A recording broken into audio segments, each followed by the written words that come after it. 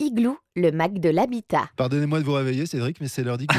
C'est l'heure d'Igloo, le Ouais, Mac de l'habitat. c'est vrai, J'espère c'est que l'heure. vous allez bien. Ça va, Ouais. bien, ouais, super.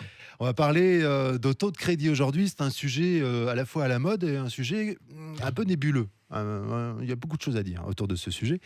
On va en parler avec Christophe Ecker. Bonjour. Bonjour. Vous êtes le patron, le président de Ma Solution Crédit. C'est le numéro un en nombre d'agences en Alsace et en Moselle. 10 agences en Oui. Alsace-Moselle. Vous avez créé cette société en 2017, 30 Absolument. salariés Oui. avec vous. Ma Solution Crédit, tout est dans le titre en fait. Tout est dit, courtage en crédit, immobilier, professionnel, restructuration de crédit. Alors aujourd'hui, ça tombe bien, on va parler des taux négatifs. Déjà, le terme est un peu barbare. Une anomalie économique, point d'interrogation. C'est le sujet de cette émission et je vous laisse avec Cédric Simonin. Enfin, Oui. attention, je peux intervenir à tout moment, mais vous êtes avec Cédric Simonin, Merci Eric. le Master of Ceremony d'Igloo. Voilà, il paraît. Oui, on a encore eu une évolution des taux cet été qui descendent et qui descendent encore et qui descendent tellement qu'ils sont devenus négatifs. Alors, est-ce que ça veut dire que la banque finalement va me donner de l'argent si j'emprunte chez elle? On n'en est pas encore là. C'est le cas ailleurs en Europe, c'est notamment le cas au Danemark où aujourd'hui, quand on emprunte une certaine somme, on rembourse finalement moins à la fin puisque les taux sont négatifs. Effectivement, en France, le législateur interdit ça. Un emprunteur est obligé de restituer son capital.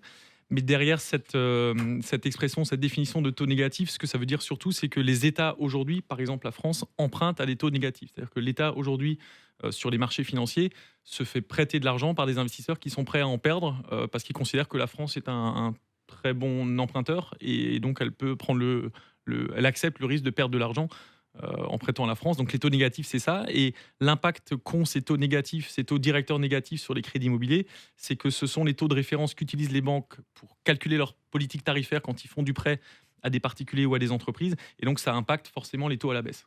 Alors cette situation un peu paradoxale, qu'est-ce qu'elle implique pour le particulier qui va faire son crédit immobilier là dans les semaines qui viennent? Il a un énorme avantage à en tirer puisque les taux sont très très bas. Vous parliez de baisse de taux là cet été. On a effectivement eu un barème des taux de l'un de nos partenaires bancaires tout récemment. Aujourd'hui, sur 25 ans, on emprunte à moins d'1%. Sur des très bons profils, on peut trouver du 0,85%. C'est absolument inédit. Je fais ce métier depuis 12 ans. J'ai jamais vu ça. Et quand les taux avaient commencé à baisser en 2013, on pensait déjà qu'on était arrivé à des planchers, C'est mais vrai. là, on est en train de les crever complètement. Oui, c'est vrai que l'argent ne coûte plus cher du tout. Pourquoi s'en priver? Cette situation, elle peut durer combien de temps? Je crois qu'on est malheureusement rentré dans une nouvelle ère et habituellement les ères quand elles s'ouvrent, elles ne durent pas quelques mois ni quelques semaines. Je pense que ça va vraiment durer. Il faudrait vraiment que le retour de la croissance se fasse, qu'il y ait de l'inflation pour que les taux repartent à la hausse puisque ça fonctionne toujours sous forme de triptyque. C'est croissance, inflation, puis taux. Et là, malheureusement, malgré l'économie telle qu'on la connaît et qui est sous perfusion maintenant depuis plus de 10 ans, la croissance ne redémarre pas, l'inflation non plus. Donc je crains qu'on est rentré dans une ère où les taux resteront très très bas. C'est une très bonne nouvelle pour les emprunteurs, mais c'est quand même, comme vous l'aviez dit dans le titre, une anomalie économique. Et on peut se poser la question d'où ça va nous mener. Oui, c'est clair. Donc en fait, vous l'avez dit, hein, j'emprunte sur 25 ans, je peux trouver des taux qui sont inférieurs à 1%. Est-ce que ça veut dire que les banques prêtent toujours aussi facilement qu'elles l'ont fait auparavant? Elles le prêtent même plus facilement dans ce contexte-là que précédemment. Aujourd'hui, les banques ont des marges sur les crédits qui sont effectivement très faibles, mais c'est presque devenu plus intéressant aujourd'hui pour une banque de prêter que de collecter de l'argent. Aujourd'hui, quand elle collecte de l'argent, quand elle a trop de dépôts, les taux étant négatifs, elle est obligée de payer une pénalité d'une certaine manière à la BCE, la Banque Centrale Européenne, parce qu'elle a trop de cash dans ses D'accord. comptes, et donc elle est obligée de le réinvestir, donc elle préfère nettement le prêter finalement que le collecter, cet argent. Donc on peut dire à nos éditeurs qu'ils vont rendre service à leur banque s'ils vont leur faire une demande d'emprunt, hein. On est Je d'accord? pense qu'ils seront ravis. Je pense que même les gilets jaunes pourraient aller voir du coup leur banque et emprunter. Ils seront très Bon, contents. écoutez, on va leur soumettre l'idée. En tout Euh, cas, depuis quelques temps, on n'arrête pas de dire c'est le moment d'emprunter, donc le moment d'acheter. On peut le redire encore, et on va, si j'ai bien compris, le redire encore pendant longtemps. Ouais, complètement, complètement. C'est absolument inédit ce qui se passe. Et je fais partie d'une génération où nos parents nous racontaient qu'ils avaient emprunté à 15, 16, 17%.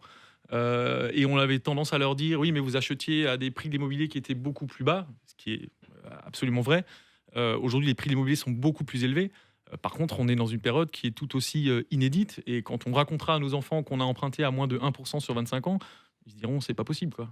C'est absolument si exceptionnel. les taux sont remontés, ce qui n'est pas forcément évident. Alors oui, j'ose espérer que d'ici 10-15 ans, les taux seront remontés, parce que sinon, il faudra vraiment se poser des questions. Bon, sachant que le côté pervers de cette situation, c'est qu'effectivement, ça maintient quand même les prix de l'immobilier de manière assez importante. Bon, au bout d'un moment, il va falloir. Il y a un adage qui dit que les arbres ne montent pas jusqu'au ciel. Quand ça va s'arrêter, j'ai peur que ça fasse un petit peu mal. Je suis d'accord avec Là, on a parlé de l'emprunteur. Maintenant, celui qui a déjà emprunté, qui a déjà un crédit depuis quelques années, qui a emprunté sur des taux plus élevés, s'il a envie de profiter de cette baisse de taux. Il peut faire racheter son crédit, donc solliciter une autre banque qui va lui faire une proposition de rachat de son crédit immobilier ou renégocier auprès de sa propre banque. Sa propre banque aura une marge de manœuvre qui sera quand même très limitée parce qu'elle-même a acheté l'argent à un certain prix à l'époque où elle lui a prêté. Donc aujourd'hui, si elle baisse son taux, finalement, elle perd de l'argent, ce que les banques ne sont pas prêtes à faire, ou alors vraiment de façon marginale. Donc il faudrait le racheter auprès d'une autre banque.